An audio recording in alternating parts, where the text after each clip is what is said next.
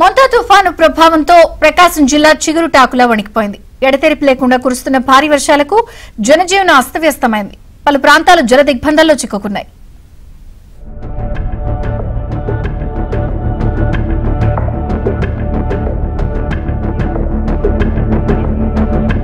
ప్రకాశం జిల్లాలో కురిసిన భారీ వర్షాలకు లోతట్టు ప్రాంతాలు నీట మునిగాయి.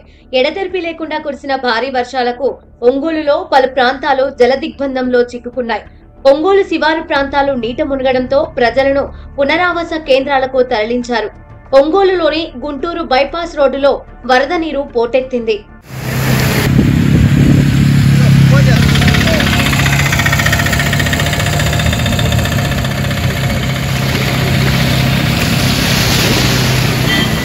వెలుగొండ ప్రాజెక్టు జంట సొరంగాల్లోకి భారీగా వరద నీరు చేరింది.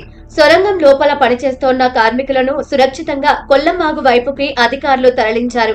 నల్లమల అటవీ ప్రాంతంలో కురిసిన భారీ వర్షానికి దొంగలవాగుతో పాటు తీగలేరువాగు ఉధృతంగా ప్రవహిస్తున్నాయి. దీంతో వెలుగొండ ప్రాజెక్టు ఫీడర్ కాలువ గట్టుకి గండిపడింది.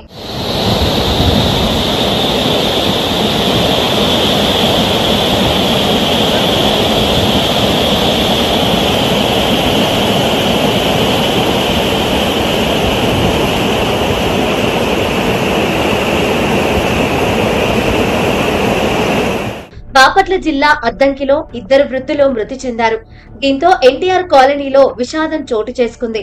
మృతులిద్దరూ తోలుబొమ్మల ఆట ఆడిస్తూ జీవనం కొనసాగిస్తున్నారు. మొంతా తుఫాను గిద్దలూరును అతలాకుతలం చేసింది. భారీ వర్షాలకు సగిలేరు, జంపలేరు, ఎరుములేరు, గుండ్లకమ్మ, ఉప్పువాగు, నల్లవాగు, పులివాగులు ఉధృతంగా ప్రవహిస్తున్నాయి. ప్రకాశం జిల్లా మద్దిరాల ముప్పాళ్ల గ్రామం నాగులుప్పలపాడు పూర్తిగా జల దిగ్బంధంలో చిక్కుకుపోయింది.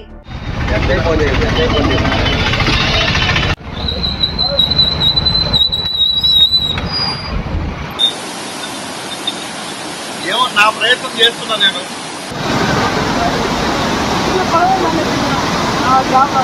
ప్రకాశం కొండపి అనకర్లపూడి మధ్య రహదారి మీద అట్లేరు వాగు రోడ్డు మీద 3 అడుగుల మేర ప్రవహిస్తుంది. దీంతో రాకపోకలు నిలిచిపోయాయి.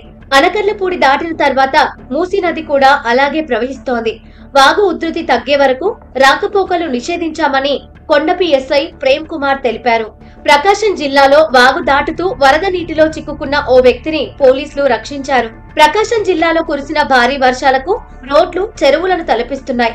వరద నీరు వెళ్లే దారి లేక ఎక్కడికక్కడ రోడ్లపై నీరు నిలిచిపోయింది. జిల్లా వ్యాప్తంగా కురిసిన భారీ వర్షాలకు వాగులు ఉప్పొంగి ప్రవహిస్తున్నాయి. దీంతో వాహన రాకపోకలు ఎక్కడికక్కడ స్తంభించాయి. కొండేపి నుంచి అనకర్లపూడి గ్రామానికి వెళ్లే కోల్డ్ స్టోరేజ్ దాటిన తర్వాత అట్లేరు వాగు వాటర్ ఫ్లో హెవీగా ఉంది. కావున ఎవరు కానీ ఇటువైపు ట్రాన్స్పోర్టేషన్ కూడా వెహికల్స్ గానీ నడవటం గానీ టోటల్ గా బంద్ చేయడం జరిగింది బోత్ సైడ్. మరోవైపు ప్రకాశం జిల్లా సంతనూతలపాడు చెరువుకి భారీగా వరద నీరు చేరింది. వరద నీటిలో వీర అండ్ కేలేశ్వరి ట్రావెల్ బస్సు చిక్కుకుంది. విజయవాడ నుంచి తాడిపత్రి వెళ్తుండగా ఈ ఘటన చోటు చేసుకుంది. బస్సులో 25 మంది ప్రయాణికులను మరో బస్సులో తాడిపత్రి తరలించారు. ఇక పేర్నిమిట్ట చెరువు నుంచి రోడ్డుపైకి చేపలు ఎగిసిపడ్డాయి. దీంతో స్థానికులు వాటిని పట్టుకున్నారు. తుపాను ప్రభావంతో ప్రకాశం జిల్లాలో కురిసిన భారీ వర్షాలకు లోతట్టు ప్రాంతాలు జలదిగ్బంధంలో చిక్కుకున్నాయి. ఎడతెరిపి లేకుండా కురిసిన భారీ వర్షాలకు వాగులు ఉప్పొంగి ఒంగోలుతో పాటు చుట్టుపక్కల గ్రామాలను వరద నీరు పోటెత్తింది.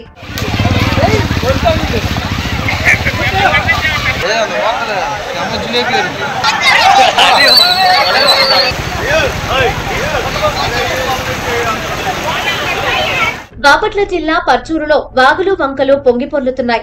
పర్చూరు వాగు ఉధృతంగా ప్రవహిస్తుంది. వాగు సమీపంలో ఉన్న ఓ ప్రార్థనా మందిరాన్ని వరద నీరు చుట్టుముట్టింది.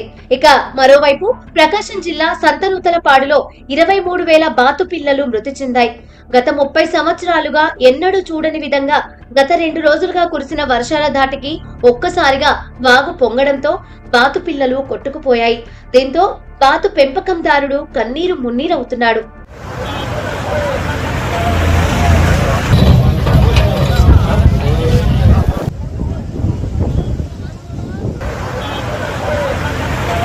ఇక అద్దంకి గుండ్లకమ్మ నదిలో చిక్కుకున్న 3 మున్సిపల్ కార్మికులను స్థానిక జాలర్ల సహాయంతో పోలీసులు సురక్షితంగా బయటకు తీసుకొచ్చారు. వరద ప్రవాహంలో చిక్కుకున్న 2 రైల్వే ట్రాక్ మెన్లు ప్రమాదం నుంచి త్రుటిలో బయటపడ్డారు. ప్రకాశం జిల్లా కొండపిలో మూసీకి ఆనుకొని అవతలి వైపున గుడిసెలు వేసుకుని కూలీలు జీవనం సాగిస్తున్నారు.